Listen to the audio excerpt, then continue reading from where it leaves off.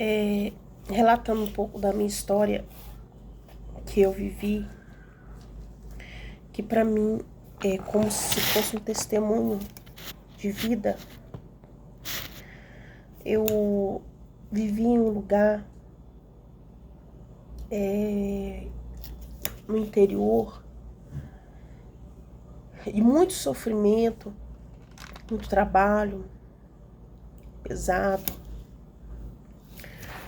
Ali eu vivia com os meus pais, meus irmãos, né? Alguns deles. E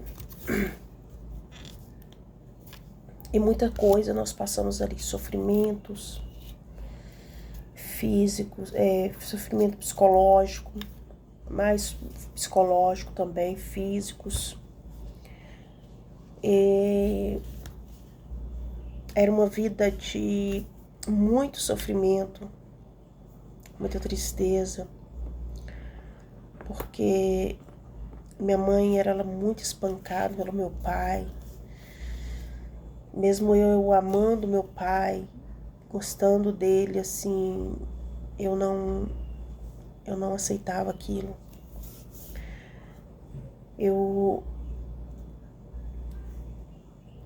Minha referência, sabe, era o meu pai.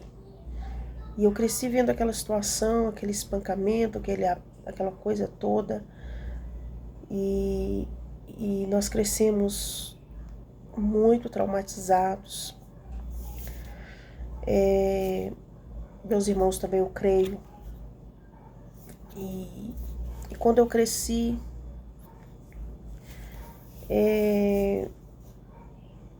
eu, mesmo querendo ficar na companhia dos meus pais, porque, né, eram os meus pais, eu gostava deles, eu gostava muito do meu pai, da minha mãe.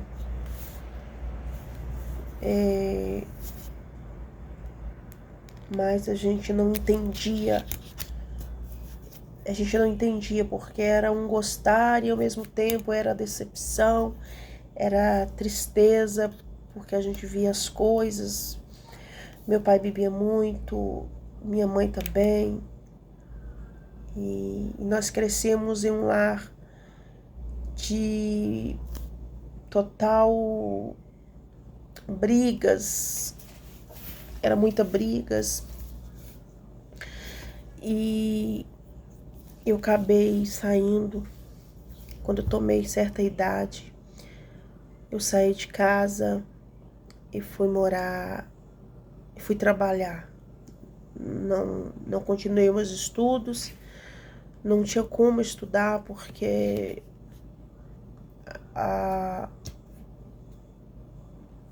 as coisas não entravam na minha mente por causa da situação em que eu vivia, em que meus irmãos viviam, em que minha família vivia. Era terrível viver naquela situação de briga, de xingamentos, de maus tratos. E algumas pessoas nos ajudavam como podia. Eu falo isso porque o meu pai foi preso, meu pai ficou preso algum tempo. E durante esse tempo a gente acabou passando algumas necessidades. E eu tive uma enfermidade muito grande, ao qual eu achei que eu não ia sobreviver. E nessa época, meu pai estava preso. E não foi fácil. A minha mãe tinha que trabalhar na casa da minha avó, que era mãe do meu pai, para conseguir alimentos pra gente.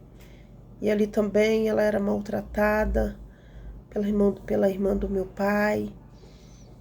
E eu só sei que eu creio que a minha mãe olhava para mim, ela esperava a minha morte, porque eu estava muito ruim. Não é culpa dela. de querer a minha morte. Não, minha mãe, ela tinha um coração muito bom.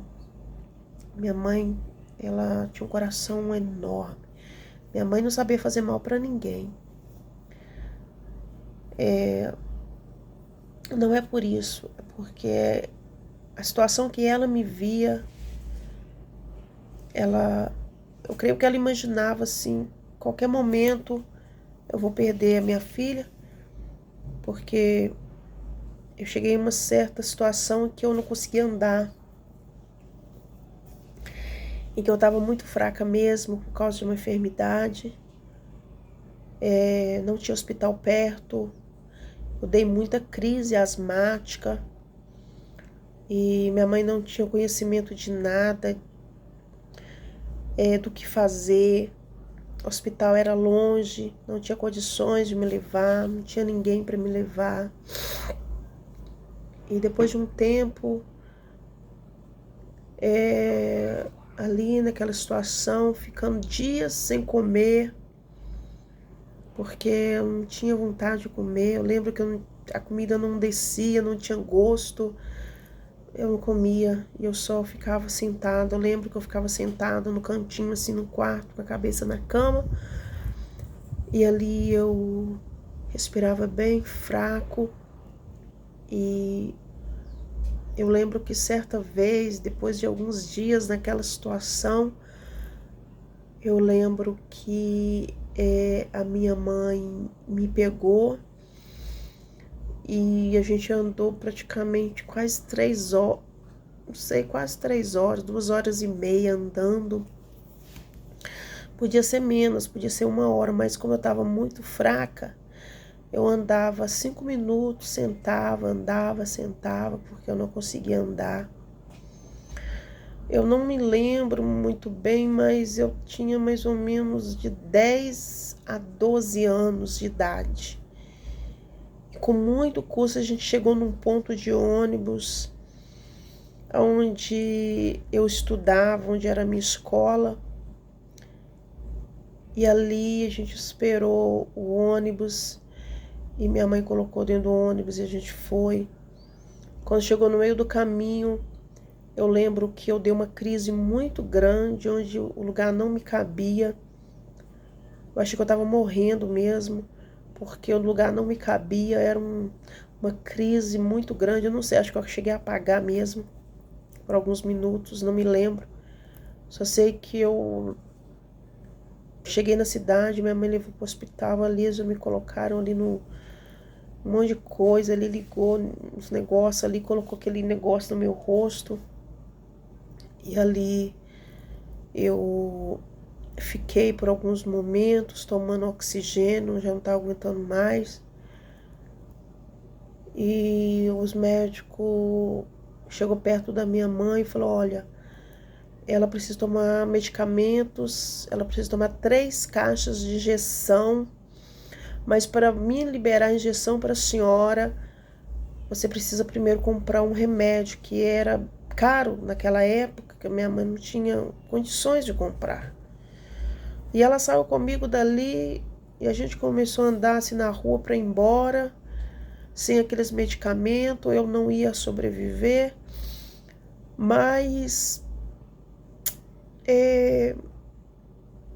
hoje eu olho, creio assim que a mão de Deus estava ali comigo. Não tinha como. Deus estava ali comigo. Ele não deixou eu morrer. Ele não deixou. Ele estava ali comigo. Tenho certeza disso. Tenho certeza. E minha mãe começou a descer uma rua assim da cidade. Em Dom Joaquim, uma cidade, né? Eu morava vizinha, era, né, no interior, vizinho, a cidade de Dom Joaquim,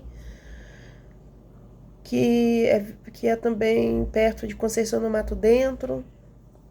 E a gente estava descendo uma rua e minha mãe falou: senta aqui. Era uma pracinha. E minha mãe me sentou ali. E nisso, a minha professora lá do interior, ela estava dando aula lá.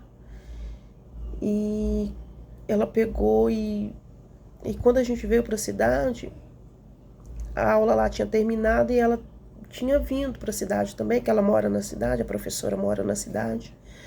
O nome dela é Evanete, tia Evanete. Eu amo ela, é minha professora. E eu lembro que minha mãe parou para conversar com ela, só que eu não sei o que elas estavam conversando. Eu creio que minha mãe falou para ela assim, olha, eu creio isso. Olha, eu levei minha filha no médico e ela precisa tomar um remédio. Eu não tenho dinheiro para comprar o remédio. Aí eu falei sentada, aí minha mãe veio, ficou perto de mim. E daí a pouco a tia Vanete foi para lá para baixo, para uma rua para baixo. E quando ela voltou com algo na mão, um pacotinho assim, entregou para minha mãe. Era o medicamento que eu precisava. E minha tia Vanete comprou esse medicamento para mim. O que acontece? Deus, ele coloca anjos na vida da gente. Essa professora foi um anjo que Deus colocou na vida da minha mãe, na minha vida, para comprar esse remédio para mim. E minha mãe voltou no hospital, pegou as caixas de injeção. Eu fiquei 3 meses tomando injeção e tomando esse remédio. Eu fui me recuperando. Graças a Deus. Hoje eu não tenho minha mãe mais comigo, nem meu pai. E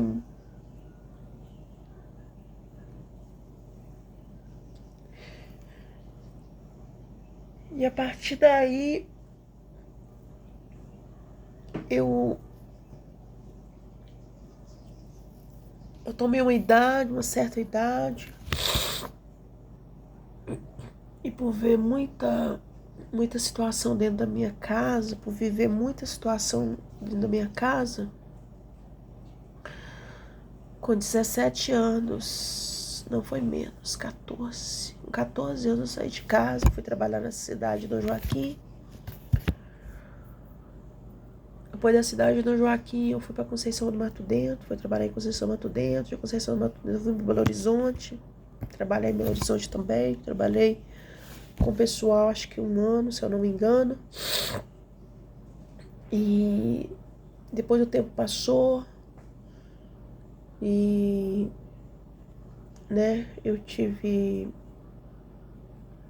hoje eu tenho 3 filhos. E o tempo passou e depois eu fiquei sabendo. Depois a minha mãe faleceu também, lá de sofrimento. Depois meu pai também foi esfaqueado, também morreu também. Meus irmãos pequenos veio para a cidade ficar com minha irmã. E eu ficava só. Eu passei um tempo lembrando lá da minha casa, lembrando de tudo, do sofrimento, das coisas.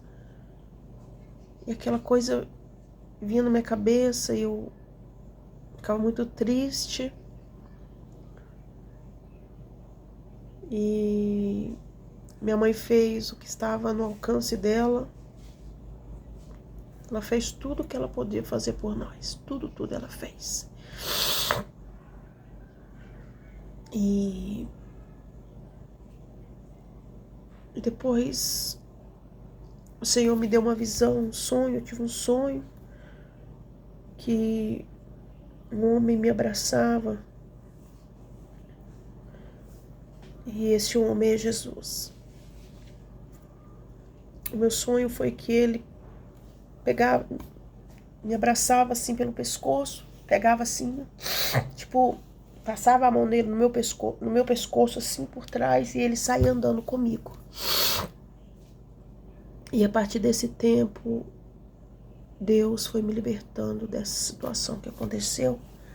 Hoje eu choro assim, mas graças a Deus, Deus tem me curado a cada dia mais dessas situações, de tudo que aconteceu.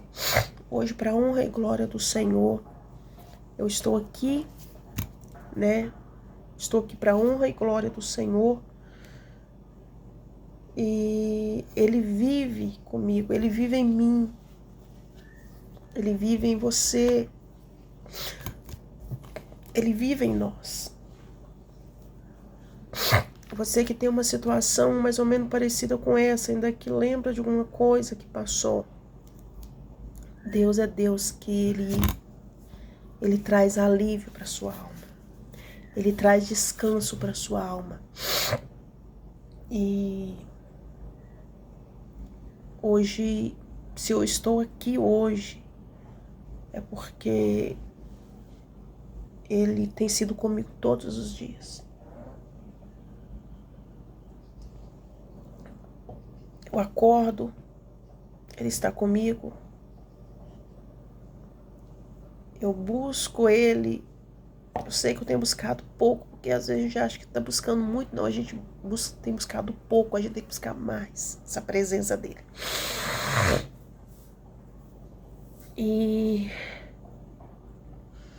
Ele tem me dado força para continuar.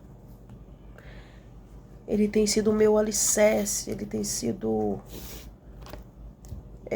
a minha estrutura, a minha base. Ele tem sido a rocha, a minha rocha. Sem Ele eu não estaria aqui. Sem Ele eu não tinha sobrevivido. Essa é a verdade. Grandes livramentos Ele tem me dado. Muitos livramentos. O meu testemunho é grande. Grande. Mas o maior testemunho de vida, o maior testemunho que eu posso dar agora é que Deus, Ele é tremendo. Ele é onipotente, onisciente, onipresente na minha e na sua vida. E tudo que aconteceu lá atrás ficou lá atrás. Hoje eu vivo todos os dias para Deus. Eu sei que somos falhos, mas eu tento viver da melhor forma possível para agradar a Deus. Eu não vim neste mundo para tentar agradar ninguém, porque a gente não consegue, né? Mas se você conseguir agradar a Deus, mesmo vivendo nesses tempos difíceis, como Noé viveu, ainda vai ter sido valido a pena se você conseguir agradar a Deus. E eu vivo para isso. Eu vivo tentando agradar a Deus todos os dias. Porque se você tem um coração puro, se você tem um coração grato, se você tem um coração generoso, se você é simples, aí Deus gosta dessas coisas, da simplicidade. Deus gosta que você, mesmo sendo quem você é, nunca deixar a sua essência. Nunca deixe a sua essência, a sua identidade. Você tem uma identidade. Não perca essa identidade. Não perca quem você é em Deus. Amém? Esse é um testemunho e eu agradeço a todos.